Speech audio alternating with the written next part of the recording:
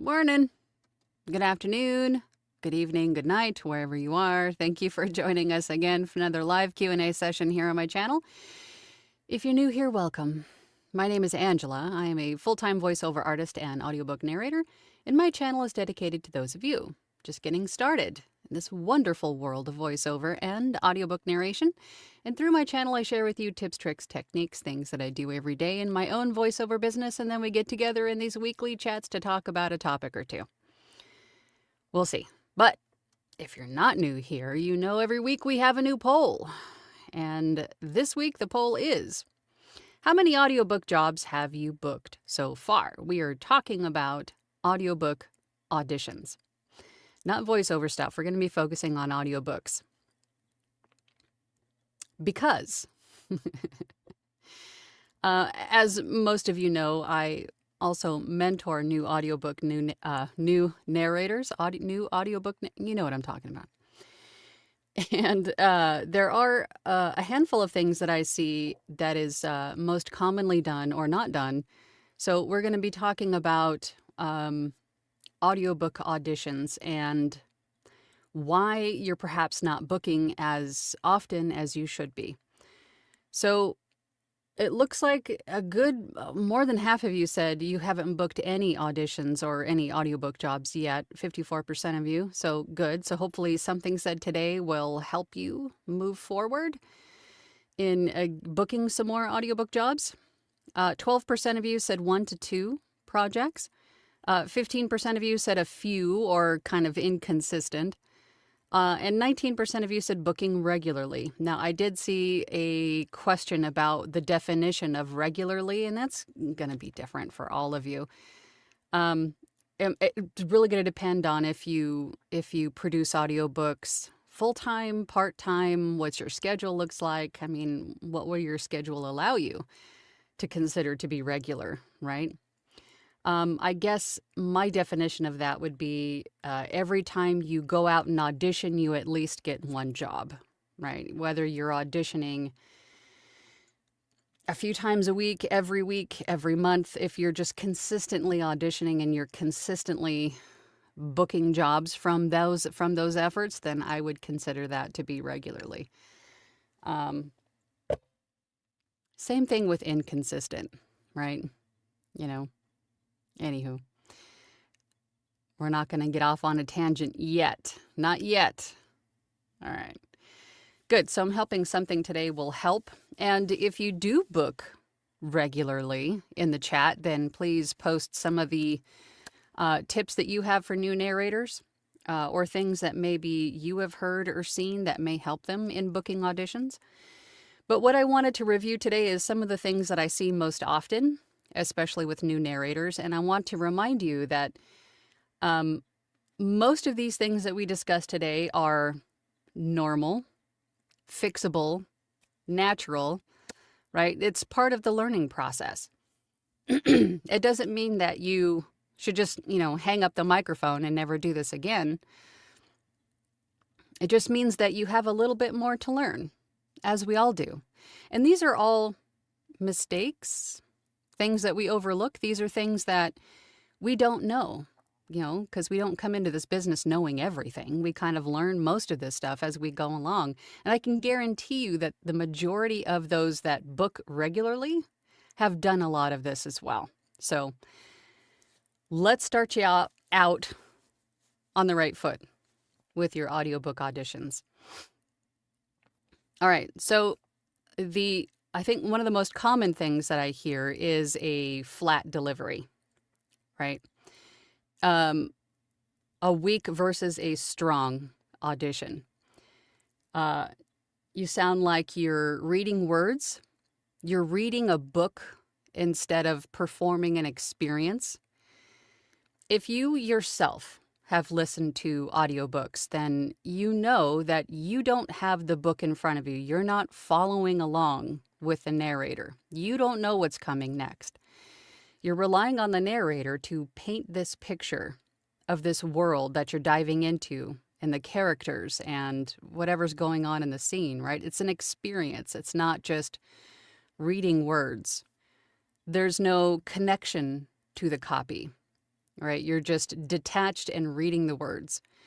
That is typically something I see a lot, along with artificial inflection, which is along the same lines. You're disconnected from the copy, meaning you're not allowing yourself to fully understand the W's or to utilize the W's, as we talk about all the time here on my channel, which is, who are you as the narrator? Who are you talking to, and why are you talking to them? And in this case, you, the narrator, are either a first-person character, you are the narrator telling a story from the third party, or you know what I mean.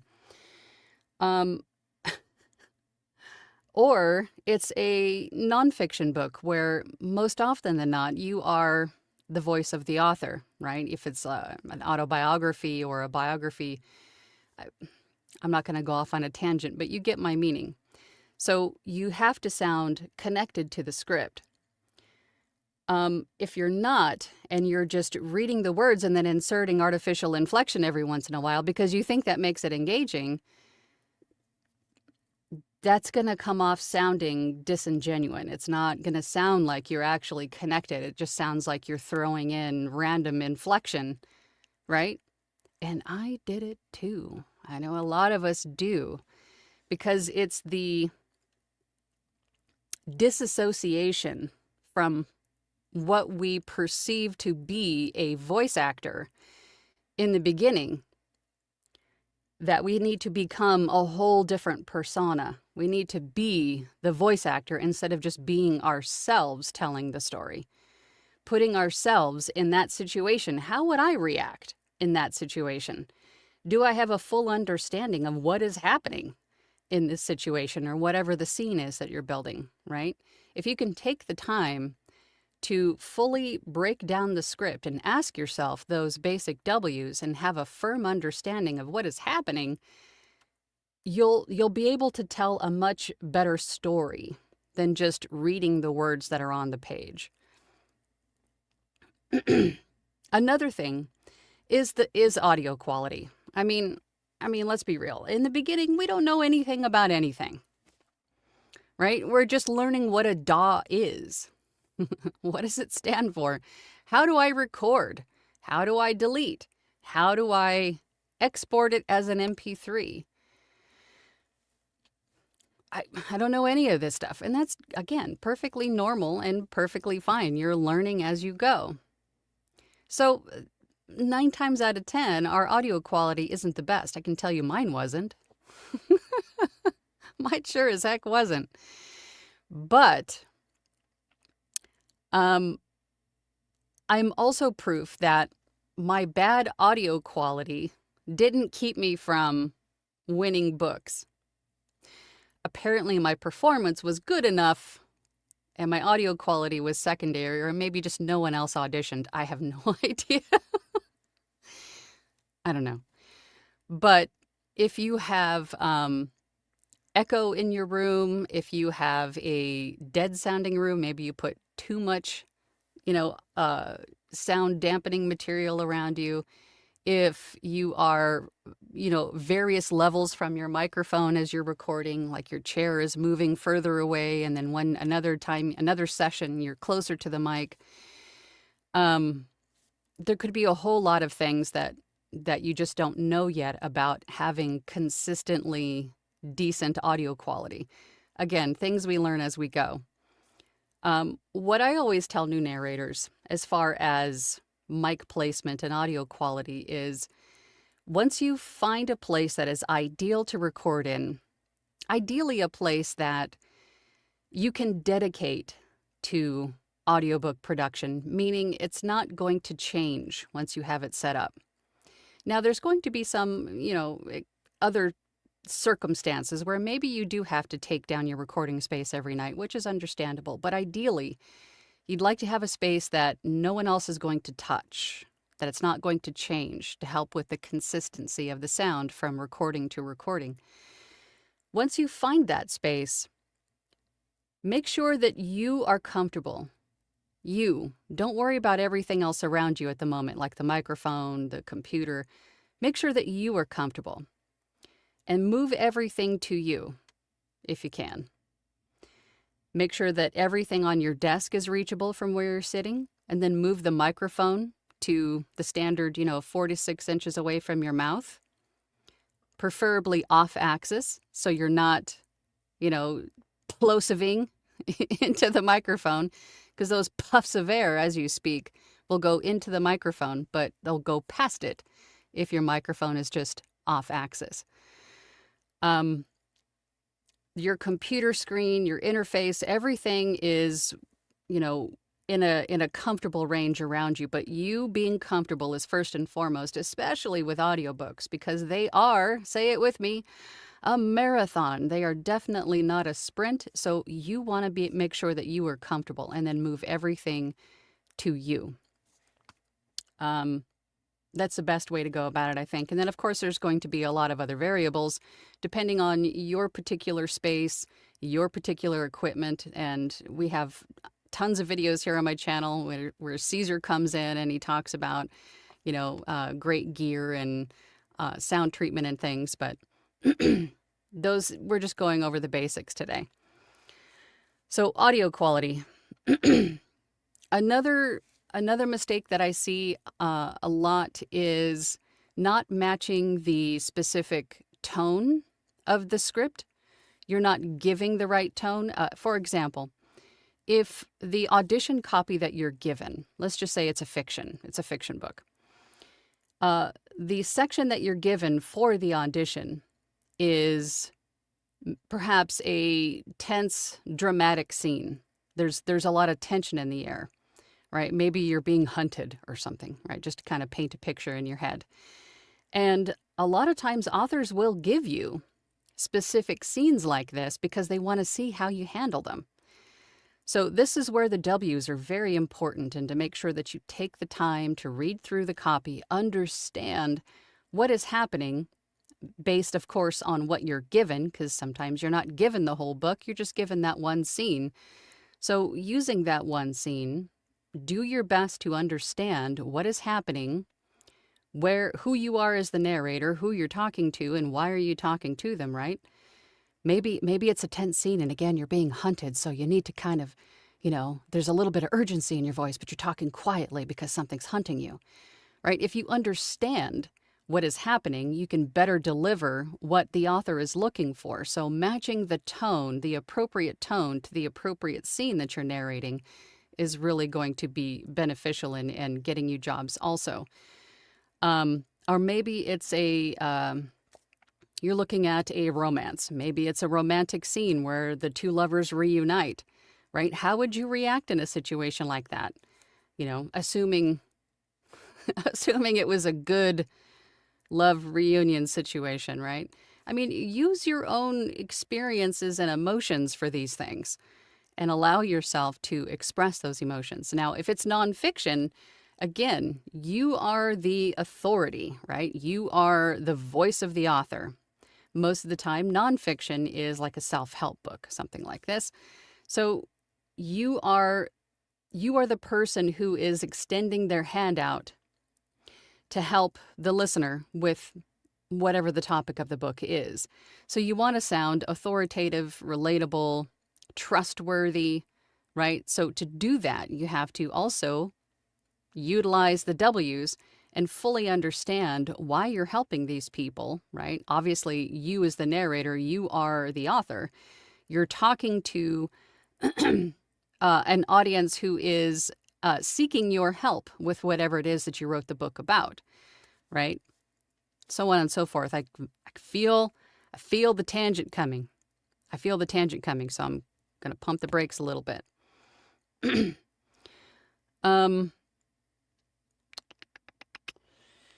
Let's see, looking at my notes here, character voices.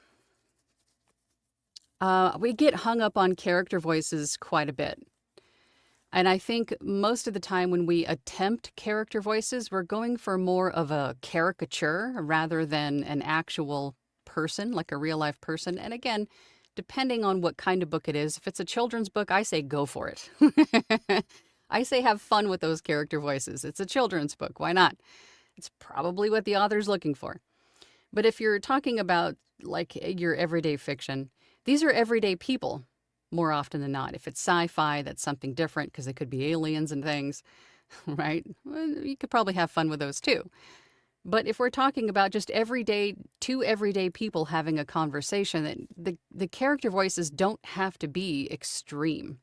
They can be very subtle, right? But again, what's most important is understanding what is happening in the scene, and then those characters, through you, are reacting accordingly, right? Character voices are more about the personality and the attitude of the character in that scene rather than, extreme caricature versions of most often the male and the female voice, right? Because we want our female voices to be way up here and our male voices to be. And we're more focused on pitch than we are about the personality and what is happening in the scene. A slight variation, subtlety is best. And I always recommend a good study on exactly what I'm saying is listening to Jurassic Park, narrated by the legendary Scott Brick. I recommend that to everybody because his character voices, the shifts in the character voices are so subtle, but you can keep up just fine.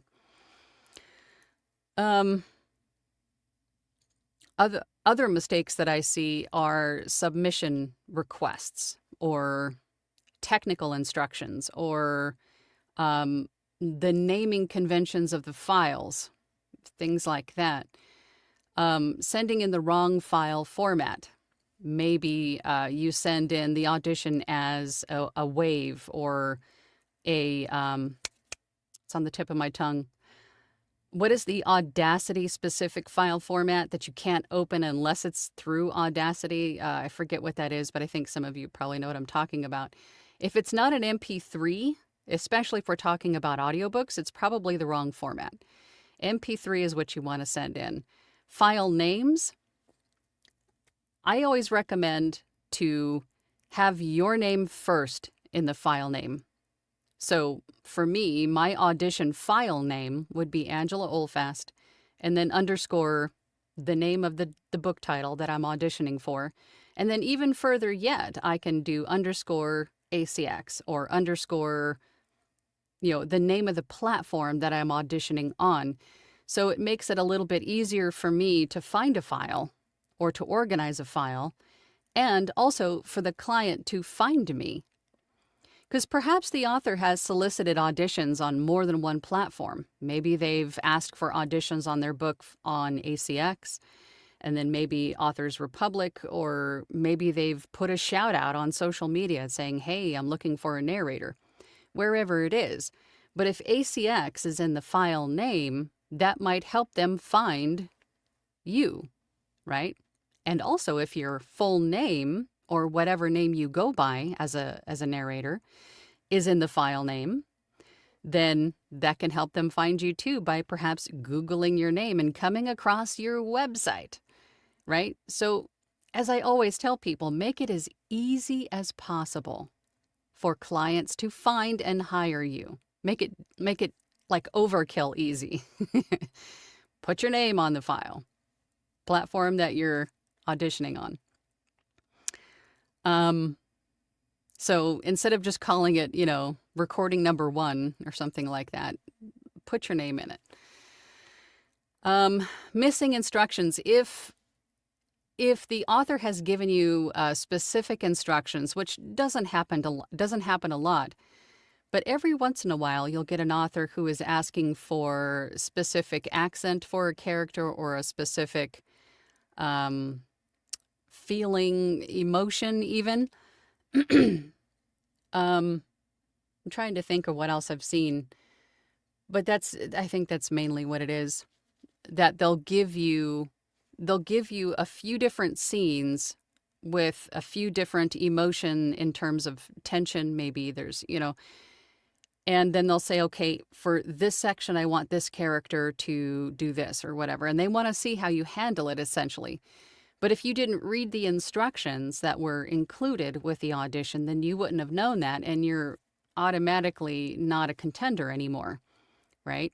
It's the same thing with uploading a file that, in some of the platforms, you can't even get away with uploading the wrong kind of file format. But If someone were to reach out to you directly, and I'm just trying to think of all situations here. If someone were to reach out to you directly for an audition and you sent them that Audacity file that you can only open in Audacity, and then the client can't listen to it, then they're probably, you know what I mean? They may or may not say, hey, I can't open this file. They might just move on to someone else. You know what I mean? So reading instructions. Slating is another question I get a lot. I think these days, I don't, I wouldn't slate unless a client has specifically asked you to slate. Another good reason to read the instructions, requirements, requests, whatever the author has submitted with the audition. I would not slate. I think ultimately the purpose of an audition is to hear the author's words in your voice. So give them that. Don't make them wait. They know what book it is. They know they know all of this stuff. They know everything you're saying in the slate. So just get to the audition. Also in files, I see a lot of new narrators leaving like big spans of space at the beginning of their audition. Maybe they didn't edit it. Maybe they were a one-take wonder and they took that audition in one take and didn't edit it, and there's 5 seconds of silence at the beginning. We have to remember that the person listening to your audition, whether it be the author themselves or their assistant, or if it's a publisher, there's a very good chance that they're not going to keep listening and wait to hear what they're looking for. It's a good chance they have hundreds of auditions to get through.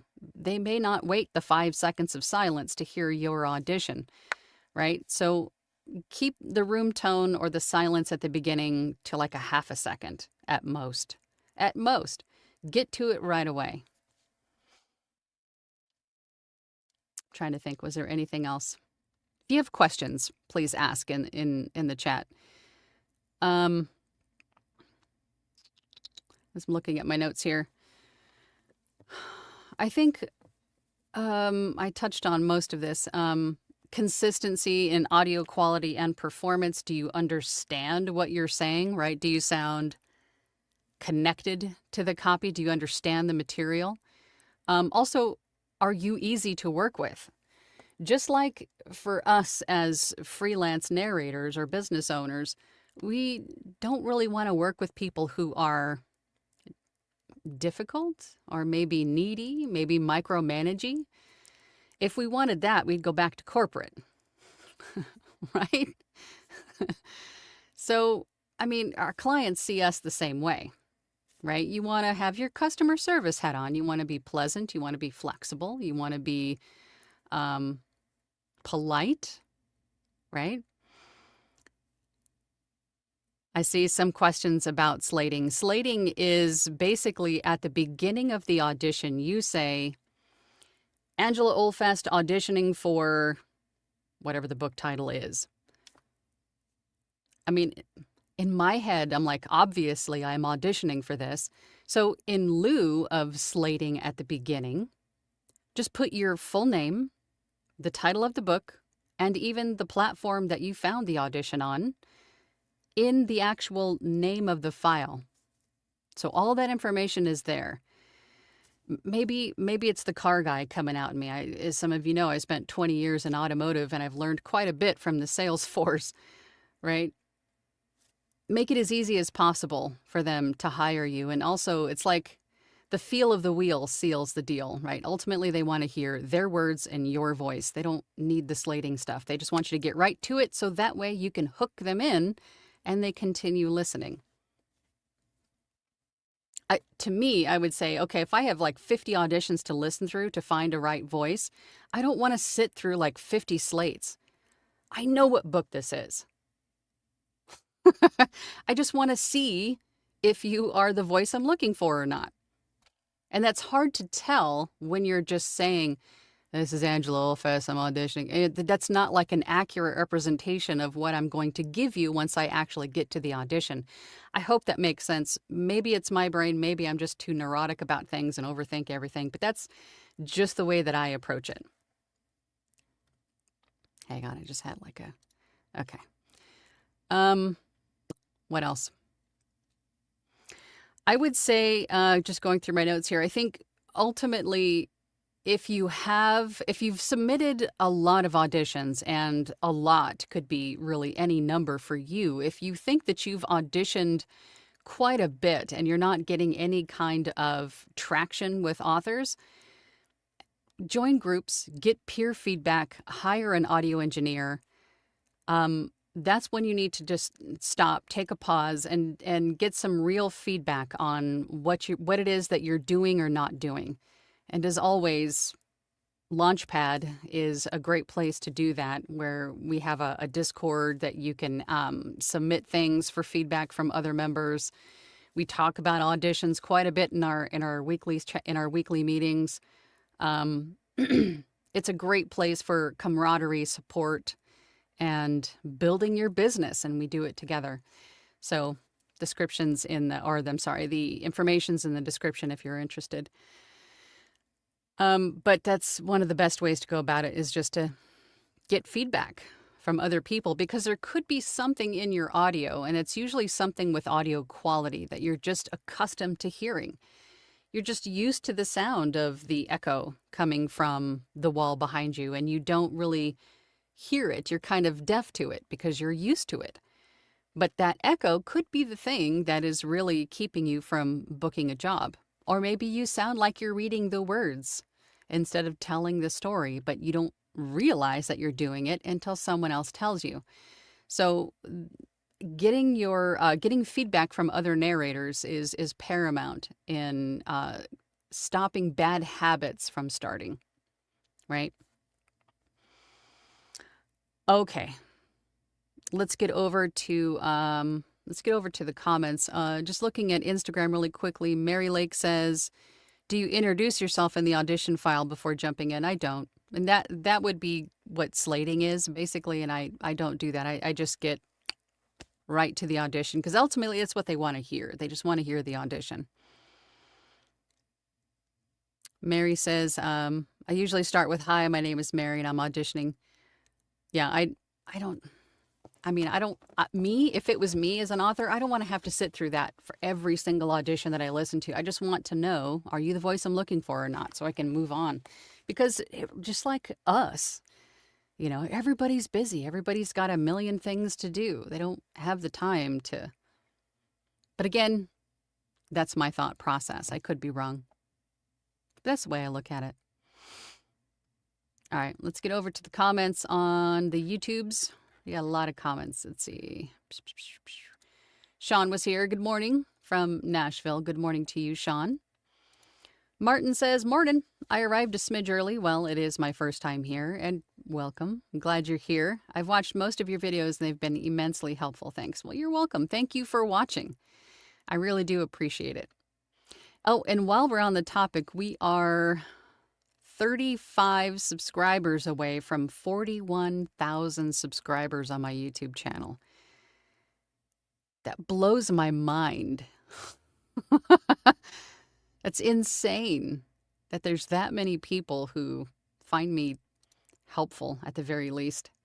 Entertaining, maybe? I don't know. It's humbling, for sure. So just take a moment to say thank you. Thank you, everybody who has subscribed and kept pace and kept up with me over the last few years. I really do appreciate it. It really is humbling. It really is. I appreciate all of you. Thank you so much. I'm glad to help. Kat. Hey, Kat.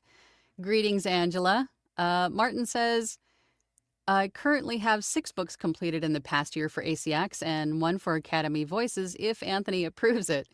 Recently, I've had no luck with auditions. Maybe I'm so good. Authors think I'm AI." And that's something that I think we really need to be cognizant of, is that I am finding that a lot of clients are thinking of the whole AI voice thing the wrong way. Talented, seasoned voice actors are being told that they sound like AI because clients are used to hearing the AI voices, and those AI voices are trained by seasoned, experienced voice actors more often than not. So whenever anytime they hear like a polished professional voice, they think it's AI. When it's kind of like backwards thinking, right? But I have to remind people that is how AI sounds that way because they are modeled after trained, seasoned voice actors. That's why they sound that way. So do we say thank you? I don't know. I don't know. Josh says, "Good morning, everyone. I have one completed project on ACX. Good for you. Go out and audition for more." Josh, calling you out, Josh. Martin says, "Nice, Josh. Fiction or non? I tend to stick with nonfiction, although I did one historical fiction recently, so I had to do voices." I prefer nonfiction. I know you're not asking me the question, but just throw my 2 cents in. Nonfiction is my wheelhouse. I love nonfiction, and I love learning things. Right? I'm more about learning information and being a being a fountain of useless information rather than exploring characters. So I prefer nonfiction. I guess. I don't know. Shanna says, "Hello from Minnesota. I landed one book on ACX about a year ago and nothing since. It seems fewer projects posted on ACX. I'm working on redoing samples to post, hoping that will help along with auditions." I think I don't I think my response to your question is twofold. I think there are less authors coming to ACX because there are more alternatives now. And also I find, Shanna, that a lot of new narrators are using way too many filters on ACX to find books. Keep it very minimal. Only select maybe the language you speak. And then see what comes up. Because if you're using way too many filters, you're excluding yourself from hundreds, if not thousands, of books that you could audition for. Something in there that could be perfect for you, but you don't see it because you're using way too many filters and filtering those opportunities out. So just use them very sparingly, like one filter, and just see what comes up. Hey, Christian. I met with Christian the other day. How you doing, Christian? Howdy from Houston. I just did my first audition. Right now, trying to get my noise floor down some more, and all of my mouth noises quietened.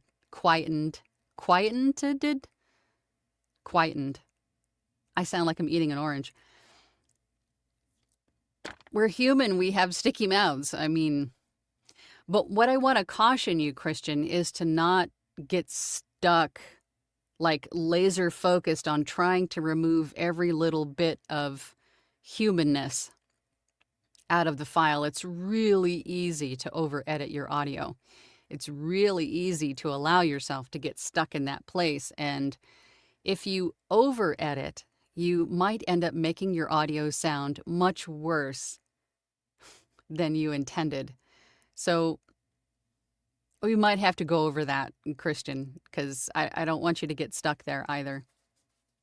But the noise floor is something else, and it could be a number of things. So I would say, Christian, for you, get with an audio engineer or join our group so you have access to people who can help you, or meet with me again and we'll see if we can figure it out. Let's see. Just looking over at Instagram, Thomas says, "Hi, Angela. I just purchased a MacBook Neo to start my voiceover journey." That's awesome. I'm not like a Mac person, so I don't know the lingo. Is that a good one? I'm sure it is if you bought it, but I'm glad that you're getting yourself a nice workstation. I like new gear. Kiki Ann says, "I would think nonfiction would be good for you." Excuse me, Angela, because your voice is oh, stop. Stop it. But I appreciate it. Thank you. Thomas says it is a good purchase. Okay, good. That's awesome. I apologize for my ignorance of the Mac world. I'm not Mac literate. I'm a PC girl. Chris says, "Good morning." Good morning to you, Chris. Caesar's here. Hey, Caesar. Oh, hi, Angela. I chose inconsistent, but not for any lack of offers. I'm just very diversified. I also do engineering and web development and passion projects and consultations. You have a lot on your plate. So I think it's selectively inconsistent for you. I think at this point you probably have the authors, but you could be a little bit more discerning with the work that you take, right? Alexander says, I'm an avid reader for over 50 years, but it seems like it would be difficult to read a book twice that I don't feel like reading just for a job. How ridiculous does that sound? It sounds like you have a very analytical, logical mind that for efficiency's sakes, you don't want to have to read something twice that you've read. And I can totally relate to that. But as a audiobook narrator, it does help, unless you're Ray Porter, apparently, to help to read through the book first before you start the production. There are some people who can cold read and do very well with cold reading, but not everybody can. So it does help to read the book first. Caesar says, hoping to do more audiobooks this year. Also want to improve online presence and start a YouTube, TikTok, IG stuff. I have a few monetizable skill sets. Yes, you do. But right now you have so much on your plate, Caesar. I don't know if you could take that. You might have to hire someone to make content for you. Paul says, good day, Angela et al. 2026 to date, 5 complete, 3 in the queue. Good for you. I'm happy with that. That's awesome. Moby, I'm just going to say Mo. Mo says, hello, Angela. How do I get started? Any steps you can list to get me started? Yes, I would start with watching videos.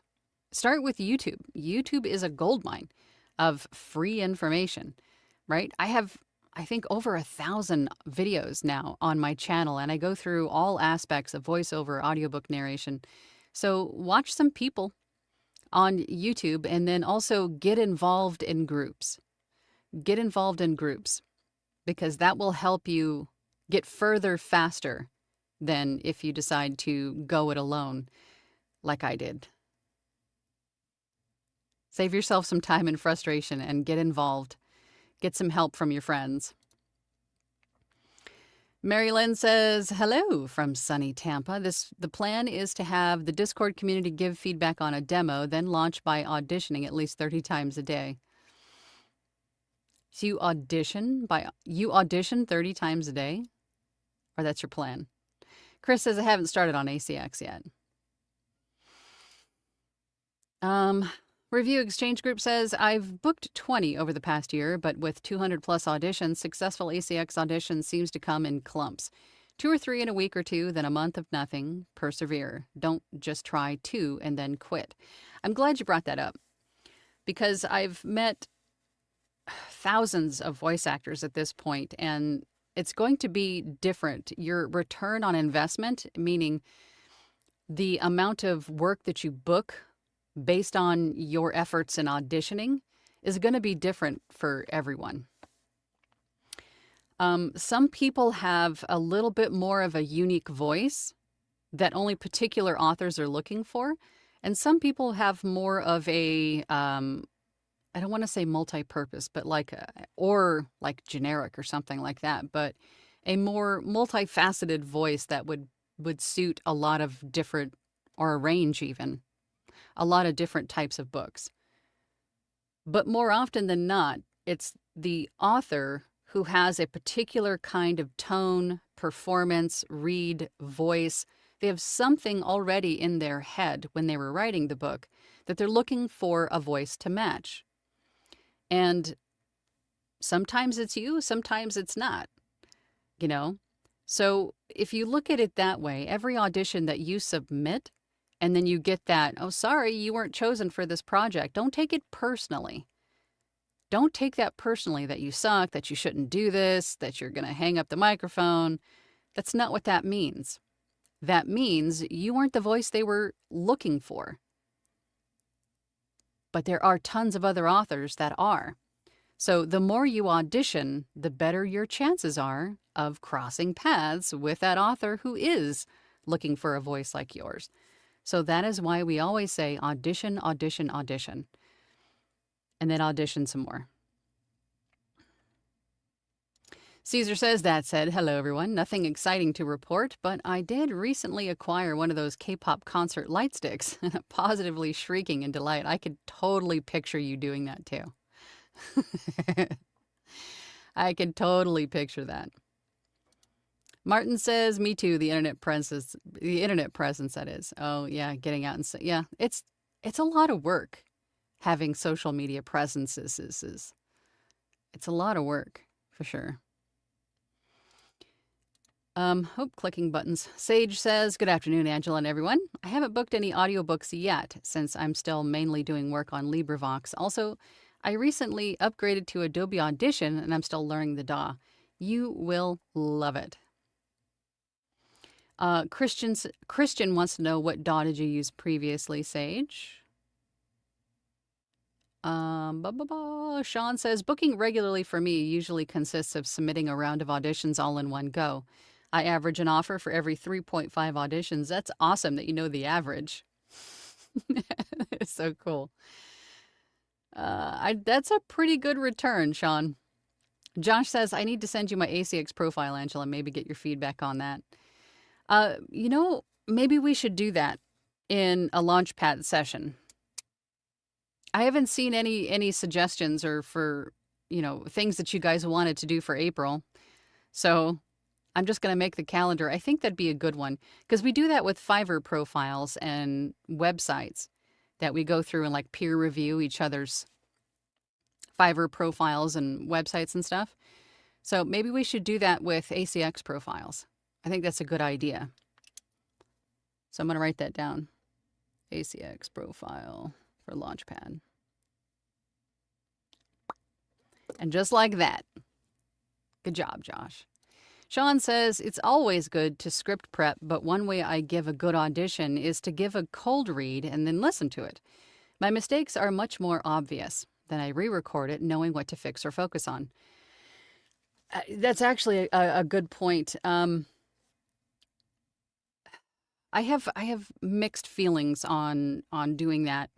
For a cold read, once you have an understanding of the script, well, actually what he means is a cold read, so you're not reading through it first.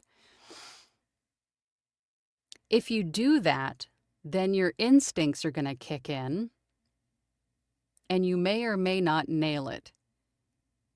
Or you might knee-jerk by using the artificial inflection instead.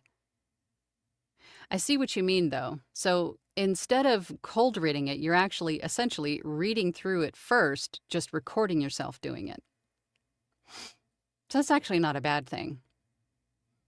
Because it usually takes us about a minute and a half to warm up anyway, to find the groove. So if you record yourself first, if you do 2 takes of the audition, and then delete the first one, and then take the second one, it's probably a better way to go. So you're nice and warm, you have a good understanding of what you're trying to say, and then reading it out loud usually helps kind of cement the understanding in your brain of, the W's. So that might not be a bad thing. Tanya says, evening all. This is the first month since I started that I don't have a job underway. But all of my jobs so far have been through Audition, except one on Fiverr. Nothing from my ACX profile. That surprises me, Tanya. I think for everyone who knows you, Tanya, I think that surprises everyone. Because you have one of those voices that needs to be heard. You have one of the most beautiful voices I've ever heard. So we need to figure that out, Tanya. Josh says, my one completed project on ACX has horrible audio. Mine too. My first one? My first couple? Oh my God.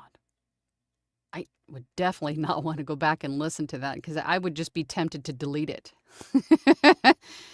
16 Voyeur says, yay, I made it to the live stream. I'm glad you made it. Mo says, could you please explain what you mean by the W's? I did earlier, so maybe you came in late, but the W's are, who are you as the narrator? Who are you narrating to? And why are you narrating to them? If you can understand those, you'll have a much better result in your read. John says you should do a live stream of just tangents. Don't. No. No. AJ Poppy says none yet, but hopes are high and auditions continue. There you go. Mindset is everything. And donuts are in the back, by the way. Variety. Something for everybody. Sorry I'm late. That's awesome. Oh, thank you. Okay. Yeah.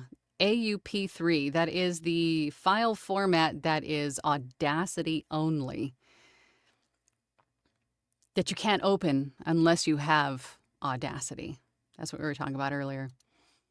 Colleen is here. Hey, Colleen. Hello, Angela. Hello, everyone. I chose inconsistent because, truth be told, I've been inconsistent. Lack of confidence, blah, blah, blah. Finally getting my sound nailed down with Caesar's help. So grateful.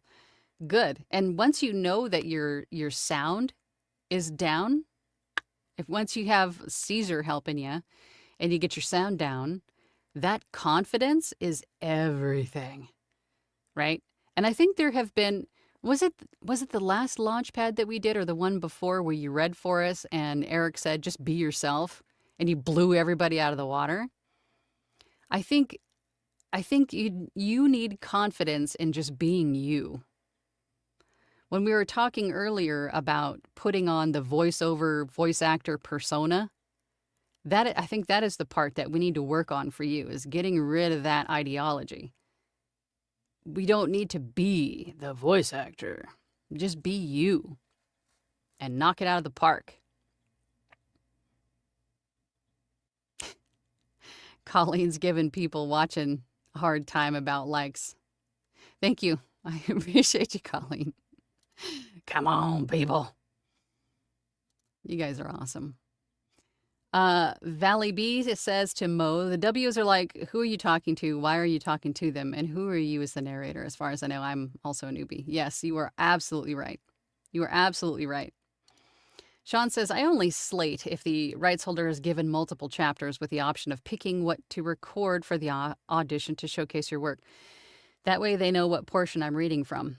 I don't even do that. If the author has several scenes in there, I just go for it. I just pick a couple and go for it. Review Exchange Group says, I do mostly NF and memoirs, nonfiction. If you really like the book, but not the author's choice profile, audition anyway, I've landed several when my male white adult plus voice was not author's first choice. I think I know what you're talking about. And there have been a couple of times where I've been hired to record an autobiography of someone of the completely different race and gender than myself. And I reached out to them and I said, I'm like a middle-aged white lady. Are you sure you want me to be your voice? And they're like, yeah, that's why I chose you. All right, fair enough. So you bring up a good point, is to not pigeonhole yourself, into a particular style or whatever, which is also another reason for being very minimal with your filter selections when you're searching for books to narrate on ACX, because you might just audition for something that you might just go, I really like this book. I really like what they're saying and I connect to it and, it resonates with me and I really want this one, but they're not clear really on what they're looking for. Audition for it anyway. You never know. You never know. Because the author could hear your voice and go, oh my God, I've been looking for the wrong thing this whole time. This is perfect. Right? Josh says, Slate, hi, my name is blank and I'm reading for the part of blank. That's what slating is. Malia says, do you put anything in the notes section when you... Yes, I'm glad you brought that up. The note, if we're talking about ACX, you upload your audition and then you have like a text box at the bottom where you can put in a note to the author. I always do. You can tell the author if you connect to the book, if you resonate with the book, if you find it interesting, if, A, thank them for reviewing your audition. B, tell them how you feel about the book. Again, whether it resonates with you, you connect to it, you find it interesting, it's fascinating, right? Tell them that. And then also include a little bit about you, meaning I can, based on the context of what I was given, because again, audition sometimes is like a paragraph or two and you don't really know what's happening, right? So you take your best shot with what you got. But based on the content that I was given, this was my interpretation. If you want a different pace, tone, character voice, I'm open and flexible in working with you. Just, let me know. Again, customer service hat, be easy to work with. And then again, thank you again for reviewing my audition. I really appreciate your time. Signed, your name. Something to that effect. Always works. Why won't this click? There we go. Caesar says, slating is when you put on shoes with knives and whiz around the... Okay. Don't listen to Caesar in that respect. Paul says, regarding auditions, I always treat an audition file as if it were being submitted as a finished file to ACX. I do too. I always make sure that my auditions are ACX compliant because it's a representation of what the final product is going to sound like. And also some authors will take that audition and check it for ACX standard compatibility, because that's usually always a question, right? That clients will have. Can you meet ACX's requirements? Yes, I can. My audition does, right? And it's good practice. It's a good habit to start early. Anything related to audiobooks that you are producing sound-wise, make it ACX compliant. It's a good habit to start. John says, as long as you're not slating on thin ice. You guys are so funny. Review Exchange Group says, slate. Every audition begins. This audition, 100% human narration guaranteed by Coach Gary Micheloni. It ends that way also. It takes 5 seconds and helps me bigger deal out of being a... I mean, that's probably not a bad idea either. It's just a little something extra to set you apart and to sort of squash the whole, concern that the author may have that you're using an AI voice. So I can understand that too. Obi-Wan says, I have several no longer accepting auditions, producer not chosen. How do I proceed? Just keep auditioning. Just keep auditioning. Keep auditioning. What it could mean is that either the author withdrew or it was something scammy and you dodged a bullet. So keep auditioning. Let's see if I can find some questions. Martin, don't leave your hacking coughs in. When I mean human, I mean breaths, some mouth noise, right? As long as it's not consistent all the way through. But no, hacking coughs, sniffles, throat clears, things like that should not be left in. Chris says, I'm here for the tips and the tangents. Christian says, I'm not seasoned yet, but I can be a little salty. Aha! But don't. Everybody's got the jokes today. Tanya says, I have never slated on any of the audiobooks I've landed. Only audio dramas, if requested. To Obi-Wan, I've also had a lot of those the last month or so. Forget it, move on. Yeah, don't give it another thought. Just note it. Okay, these couple of books that I auditioned for, nothing is going to come from those because ACX caught the ne'er-do-wells before they could harm me or anyone else. I'm moving on with life. I'm going to keep auditioning. There's nothing to do about it. Just move on. They caught somebody before they could really, hurt somebody. So good. Keep auditioning. Let's see. Malia says, I was told my voice fits nonfiction, so I've been doing more of those auditions. There's a good chance that your voice could do either, both. Right? I think it comes down to what your preference is, because I think what you like to do, that enjoyment is going to come through in your read naturally.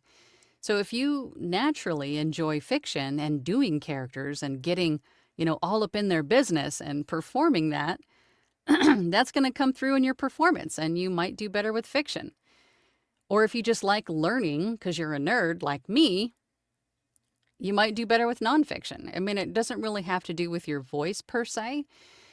If you're an audiobook narrator, you can narrate all the audiobooks if you want to.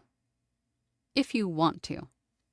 But I wouldn't pigeonhole yourself with only nonfiction, is what I'm trying to get across to you, Malia. I just got the Neo as well. It's so much quieter than the Pro. I keep it in the booth with me. Okay, so the MacBook Neo is a quiet MacBook? I like it. Martin says, woohoo! After a quiet week or two, I just received a Fiverr gig from a repeat customer. Seems I'm becoming the voice for a brand. Good for you. Who cares if it's off topic? Celebrate that. As I always say, celebrate every little win. Celebrate it all. That positivity compounds. Let's see. Plus, I commissioned Raptor Studios to create a full effects rack, aka Caesar. Let's see. 16 Voyeur says, what about reading the chapter first? I really need to read the entire book before beginning production? Great question. And I think it's going to depend on how well you can maybe retain information. As I mentioned before, Ray Porter, if you don't know who Ray Porter is, he narrated Project Hail Mary as a cold read. He didn't read through it first. Not everybody can do that. I think it takes years to kind of get to that level. But ideally, you want to at least skim through the book first, because if this is a fiction book and your main character has a Scottish accent, but it's not mentioned until chapter 12, you now have to go back in and redo this character's voice, this main character who has hours of potentially of, dialogue that you have to go re-record now because it's in a completely different accent. So it's good for many reasons to read through the book first. That way you can also set up tension when it's coming. You know what's coming, right? So you can set that up. The motives for the characters, so you can kind of set that up as well, and with their attitude and personality early on. There's a lot of benefits to reading through the book first, but you don't have to. Nonfiction, it's a little bit easier to get away with cold reading it. But for fiction, I always recommend to at least skim through it to get an idea of who's who and what's what's going on. Paul says, you say hi to everyone. I said hello to you, didn't I? You said howdy, howdy, howdy at the beginning. Excuse me. I didn't skip over you, did I, Paul? I'm sorry if I did. In my head that I said hi. Sage says, yes, Caesar is busy. Yes, he's always busy. Tanya says, I'm pretty good. I got to click on it first. I'm pretty good cold reader, I think. But I always read the whole book first. I have come across some very weird bombshells that would have caused problems otherwise. Same. Same. Lessons learned the hard way. Good Lord. Lessons learned the hard way. God. More resting for my voice. Okay. Let's see. Where are we? Josh says, VO Journey and Launchpad has an amazing community to get involved with. I know what you meant, Tanya. It's okay. Malia says, I'm lucky to get close to 20, but I'm also in school, so... let's see. Bob says, be cognizant of your homonyms. That's a fun one you don't get to say every day. Homonyms. That's a dead giveaway that it's AI. Obi-Wan says, hello from Oregon. I make sure all of my auditions pass the 3 ACX limits, noise, RMS, peaks. Still no offers. Am I missing something? The best way to find out, Obi-Wan, is to get feedback. Get feedback from other narrators.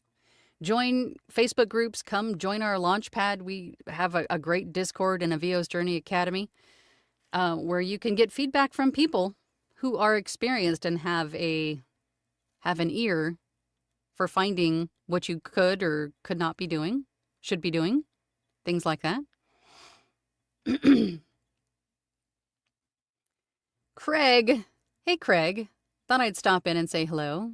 Thank you, Craig. I appreciate you. Craig, everybody's like, hey, Craig is here. What's up, Craig? What's up, Craig? From Friday. Sage is here. Exactly. You're only competing against the voice that the author has in their head when they wrote the book. I'm seeing numbers. Okay, so you guys remember when I mentioned I'm like 35 subscribers away from 41,000? I've lost 2 subscribers in the last 20 minutes. What happened? Did I say something?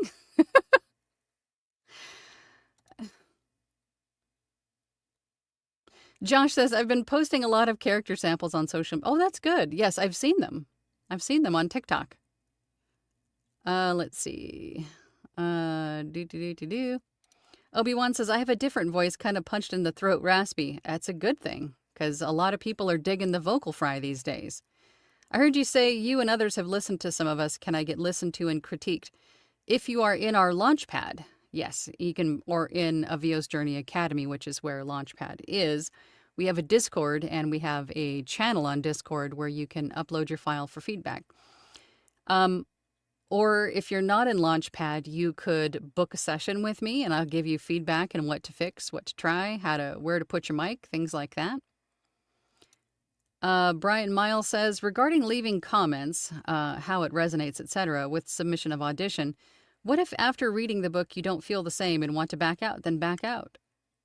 There's no repercussions for backing out. You just email, if we're talking about ACX, you just email or send a message to the author and ACX, like customer support, and say, hey, I've changed my mind. I'm not comfortable with this, or whatever the reasoning is, and cancel the contract. Move on. 16 Voyeur says, weird question. Would an author think twice before hiring me if they see I'm wearing braces in my profile pic? I think you might be overthinking it. Maybe, maybe not. I think ultimately what you sound like is going to be more important than what you look like. I don't know. What do you guys think in the comments? Review Exchange Group says, current book in production. Soul Dog, about a dog rescue group in Hawaii. Very compelling script. I wrote author and wished her well, but I am not auditioning because she asked for female voice. She didn't realize it. Interesting. She didn't realize that you weren't a female voice? Is that what you're saying? Where are other places to audition for audiobooks beside ACX?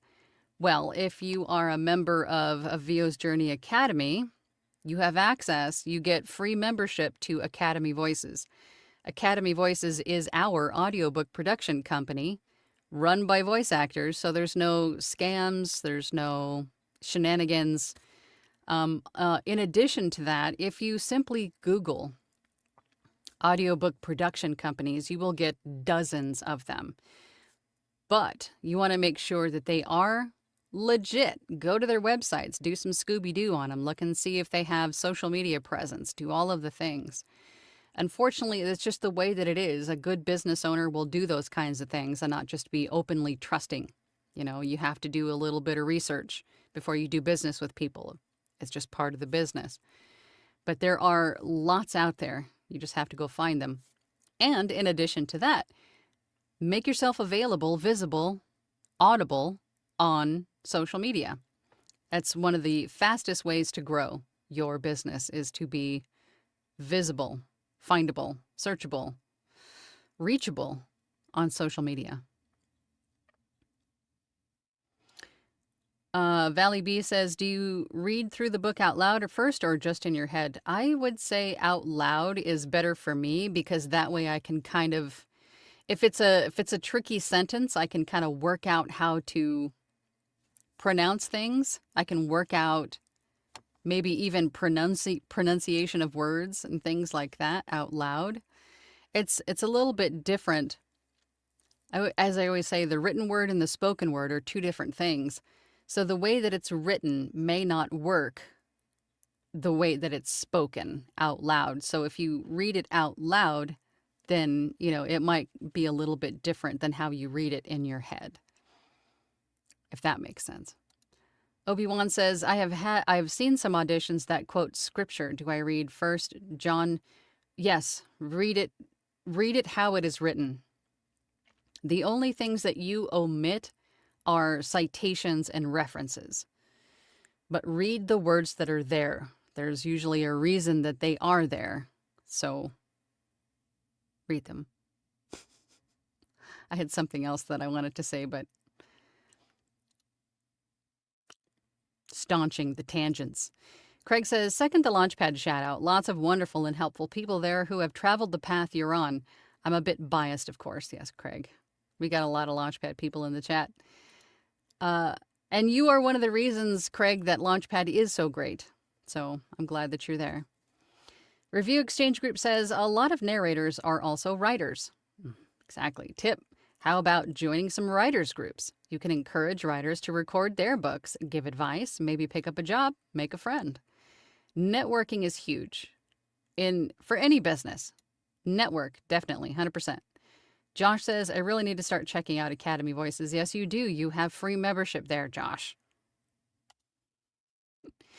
Caesar says, if braces change how you sound and make you slightly lispy, that could be concerning. Otherwise, if we're talking in terms of appearance, nobody should judge you for that. If they do, they're horrible. Yes, I agree. Sage says to Josh, just do it. The best thing I did last year was join Angela's OG Platinum group. The OGs. The OGs of Platinum. Yes. But now we are Launchpad. Josh is in Launchpad. Shanna. Yeah. Shanna says, Angela, you mentioned being on social media. How so? Maybe a topic for Launchpad in April or here? I think you've joined just recently. I've done tons of videos on social media, what to do, what kind of content to make. If you go back in on my YouTube channel and look at some of the playlists I've got tons of content. And we have talked about social media quite a bit in Launchpad as well, and Platinum before we were Launchpad. Craig says, I didn't for almost 6 months, Josh. Then about 3 weeks ago, I started auditioning for jobs. I've done 2 in the last week. You miss 100% of the shots you don't take. Exactly. Let's see. Looking for questions.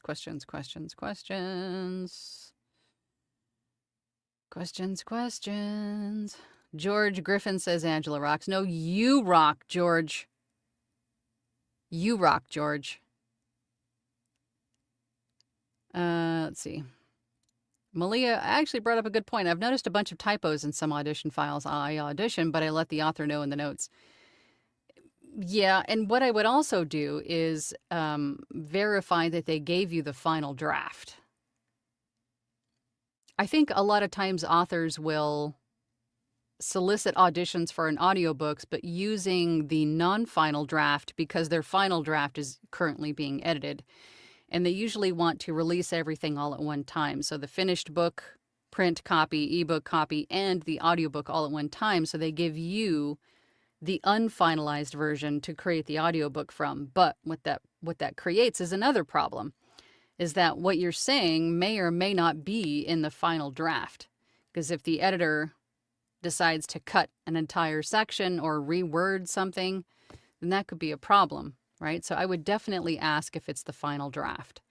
Because if they want you to re-record it then to match the final draft, that's a whole other project. That's time and effort, and as we know, right? So I would definitely ask if that's the final draft.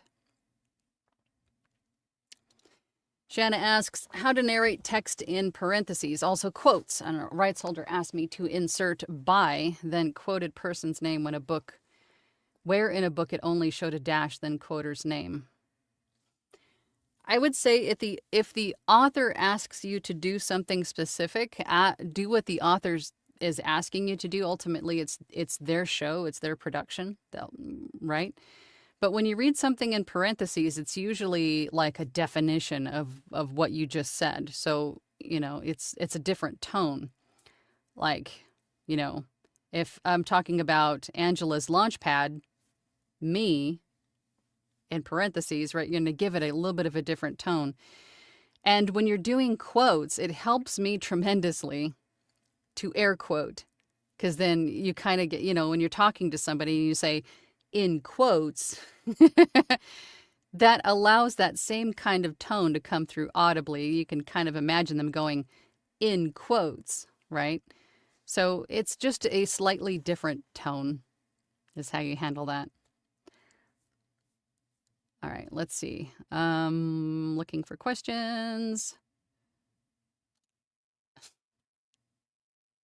I've been craving some spicy pickles, for sure. Thank you so much, Caesar. I am due for some spicy pickles. I love, like, hot pickles. Spicy pickles. I love them. Thank you, Caesar. I'm trying not to sneeze.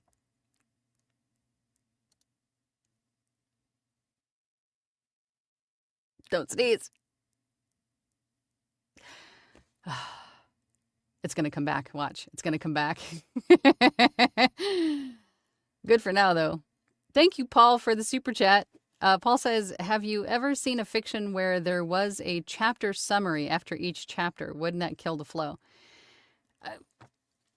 I have, and I've narrated that before, and it's usually presented as like key takeaways, that kind of a thing. And I will include those also. Ultimately, it's it's the author's show. So if you have like and I would hope to God that they don't use AI to do that, like they're summarizing. But usually it's bullet pointed, like key takeaways from the chapter. I would ask the author if they want that included. If it's not key takeaway bullets, if there are like key takeaway bullet points, I just narrate them because I have seen that a lot. But ultimately, when in doubt about what to include, ask the author. It's their show. It's their production. Let's see. Review Exchange Group says a chapter summary should be handled in an appendix, if at all. Yeah, if it's like an AI chapter summary, how we see those kinds of things on Google now, where you just kind of get like a summary of things generated by AI. I would hope that's not the case, because if that was the case, then if you're an author watching, please don't do that. Put in key takeaway, like bullet point key takeaways. That, awesome. That's cool. But that just kind of like cheapens everything that I just read. Right? I don't know. Yeah. But generally speaking, if we're talking about like acknowledgments about the author, stuff like that, I would ask if those need to be included in the audiobook production. And then make sure that you're charging accordingly if it's per finished hour. Also in ACX, an author can include a PDF, and a lot of times they don't know that they can. So as I always recommend to narrators, get your eyes on a copy of the manuscript before you agree to anything. That way you can A, verify the word count, and B, read through it, make sure that you're comfortable with the content, right? That there's nothing in there that's offensive to you that you don't want to have to read. And then also C, look for like diagrams and illustrations and, things like that, and let the author know that there's no way those can be narrated. Because sometimes if there are illustrations or graphics included in a book, they're usually talking about something and then referencing the picture, right, in the body of the content. So if they need illustrations to accompany their book, you can let the author know that they can put those in a PDF that comes with the audiobook, but you as the narrator need to know how to reference that.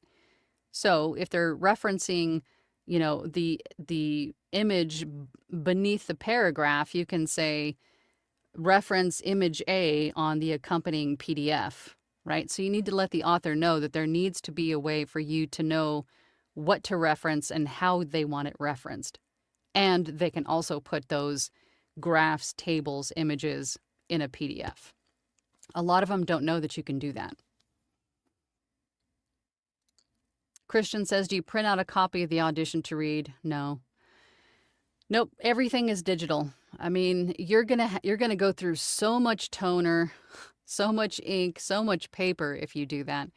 Just keep it all digital. Just keep it all digital, and then once you're done with the audition, delete it so it's not taking up storage space.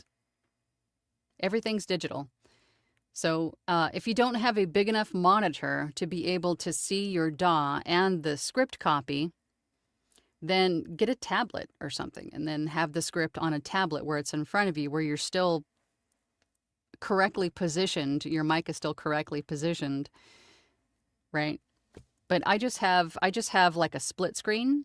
Actually, I have two monitors, but usually this is my main monitor. This one's just for information. But I'll have my DAW on my screen and then my script over top of it. But I just have enough of my DAW visible that I can see that it's still recording. Like nothing has stopped. It's still recording. So I have it on my screen. Caesar says, Caesar, do we need a spray bottle before I read this? Speaking of big monitors, everybody should watch Angela's Tuesday Live Q&As on a big... No.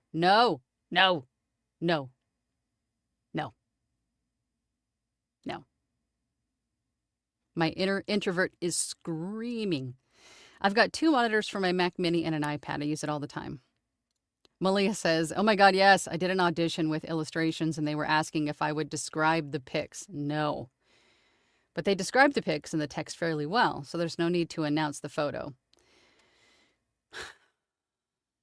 Your job is to read the words. I'm not ad-libbing anything, right? Because that's going to save me revision time. If they want it narrated or referenced, it has to be included in the final draft, right? I've learned the hard way too many times of people just asking me to kind of wing it. No. All right, you guys, that is it for me today. As always, if there's something that you guys want to talk about as a group, or something you want to learn more about, or if you want to come in and hang out with us on Launchpad and learn a lot and do a lot and have a lot of support, click the link in the description in this video. I forgot what I was going to say. If there's something that you guys want to talk about, then let me know in the comments. If you're Team Replay, please consider subscribing. I appreciate all of that stuff. As I mentioned before, I'm so close to 41,000, and it's just humbling. It's still humbling. But any Hoosiers, I'll see you guys in Launchpad on Thursday, and everybody take it easy. Go audition a lot, and I'll see you guys next time. Bye.